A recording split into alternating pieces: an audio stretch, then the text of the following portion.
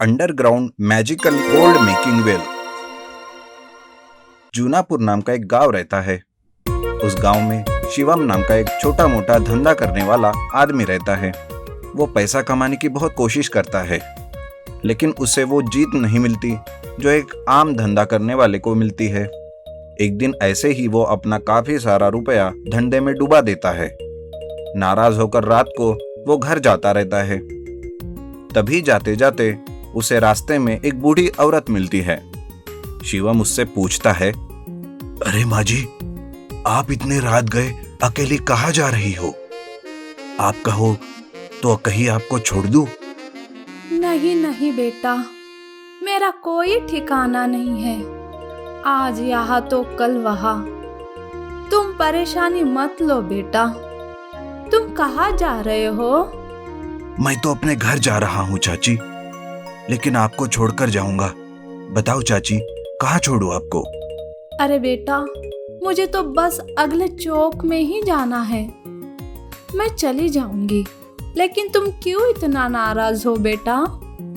शिवम अपने सारे धंधे की बात उस बूढ़ी चाची को बता देता है।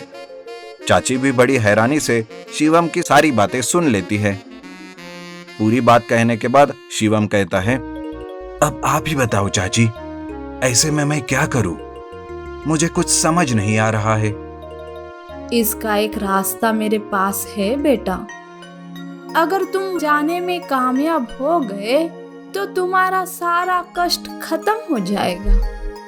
क्या सच में ऐसा हो सकता है चाची?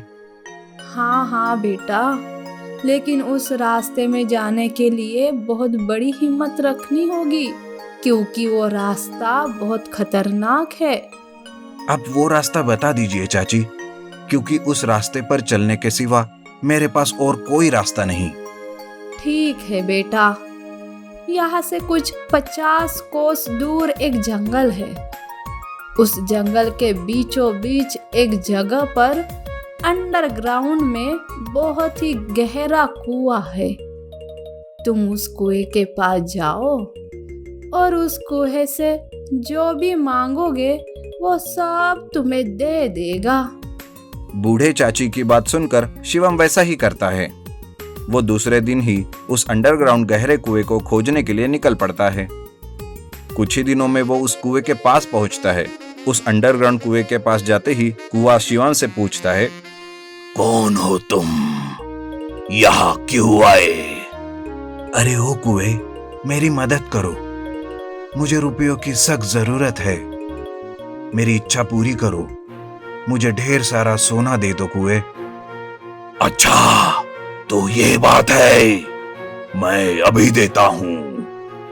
थोड़ी ही देर में उस कुएं के अंदर से सोने के सिक्के बाहर उड़ते हुए निकलते हैं और जमीन पर आकर एक जगह पर जमा होते हैं। काफी सारे सिक्के जमा करके शिवम उस जगह से अपने घर वापस आ जाता है।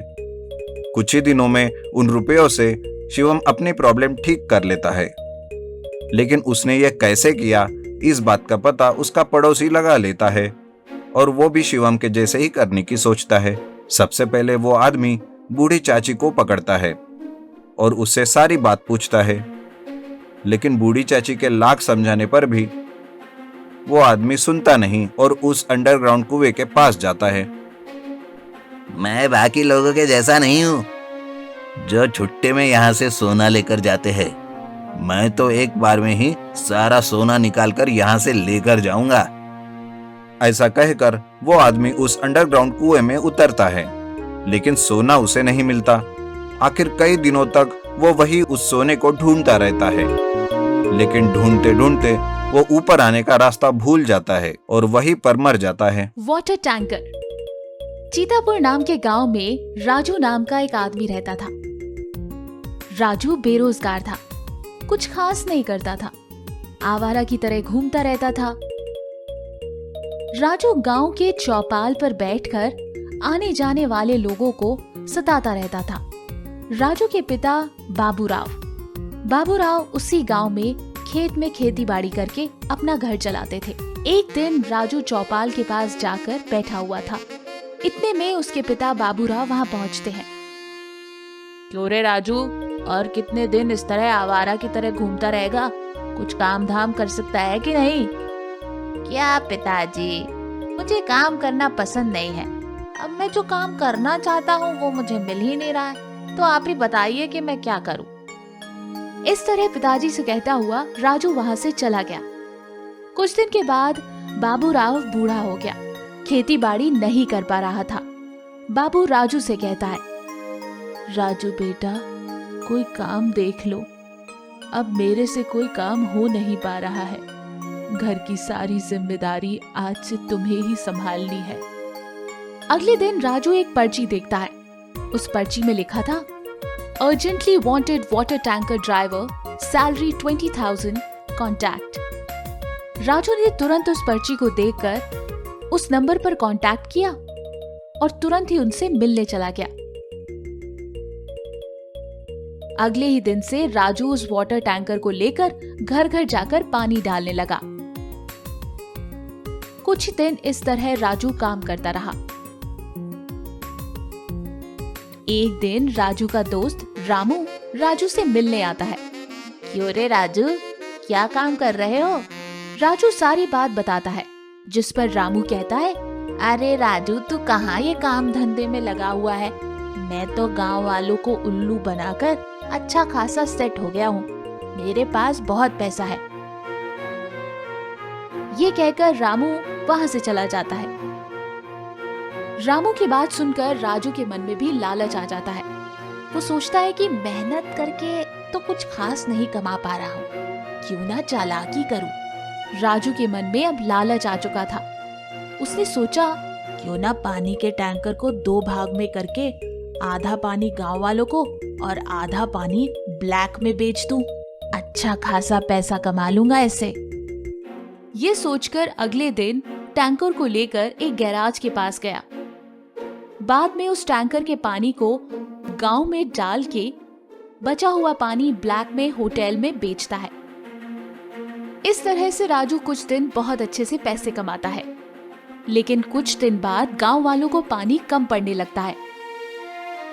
इस वजह से सारे लोग वाटर डिपार्टमेंट में शिकायत कर देते हैं। तुरंत जल निगम वालों को वाटर टैंकर वाले के इस चालाकी के बारे में पता चल जाता है और वो राजू को तुरंत नौकरी से निकालकर जेल में डाल देते हैं। तो इस कहानी से हमें क्या सीख मिलती है? दूसरों की बातें सुनने पर अपना घाटा होता है। Old age home. रंगपुरा नाम के एक गांव में सतीश और सीता नाम के 2 पति पत्नी रहते थे। सतीश और सीता का एक प्यारा सा बेटा भी था। सतीश के घर में उसके पिता राजू भी रहते थे। राजू गांव में छोटे मोटे काम करके अपने बेटे की मदद किया करते थे। कुछ दिन यूं ही बीत गए। एक दिन राजू बीमारी की वजह से खाट पर पड़ा था, इसलिए वो कुछ काम नहीं कर पा रहा था। ऐसे ही कुछ दिन गुजरते गए। राजू अब और बीमार होते जा रहे थे, इसीलिए अब घर से बाहर भी नहीं जा पा रहे थे। इसकी वजह से सीता को उनकी देखभाल करनी पड़ती थी। कुछ दिन तो ठीक रहा, लेकिन उसके बाद सीता उनकी देखभाल करते करते थक चुकी थी और अपने मन में सोचती थी, ये बुढ़ा और कितने दिन जिएगा? कब मौत आएगी इसको? मुझसे नहीं होता इसकी सेवा करना। ये सोचते हुए कुछ दिन और गुजर गए। एक दिन सीता ने अपने पति से कहा, देखो जी, अब आप अपने पिताजी को देखो, मुझसे नहीं होगा। मैं तो कहती हूँ इन्हें तुरंत किसी वृद्धाश्रम में छोड़ आइए।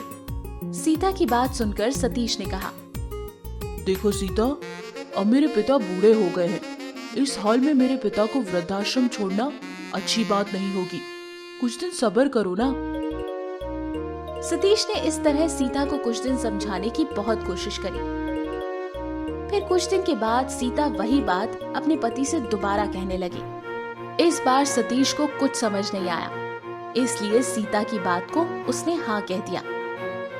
अगले दिन सतीश वृद्धाश्रम की जानकारी के लिए घर से निकल गया।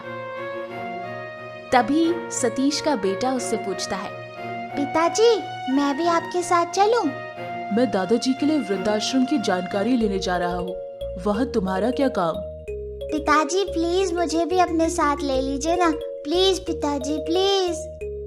बेटे की इतनी जिद करने पर सीता ने बोला, अरे तुम अंदर चलो, तुम क्या करोगे साथ में जाकर?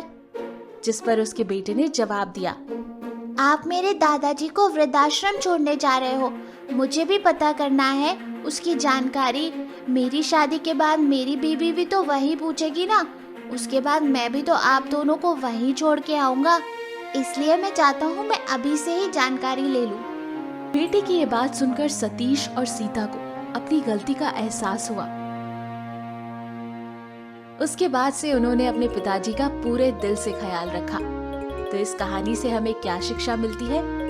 जिस तरह से आप अपने माता पिता का ख्याल रख रहे हैं, आपके बच्चे भी वही सीख रहे हैं।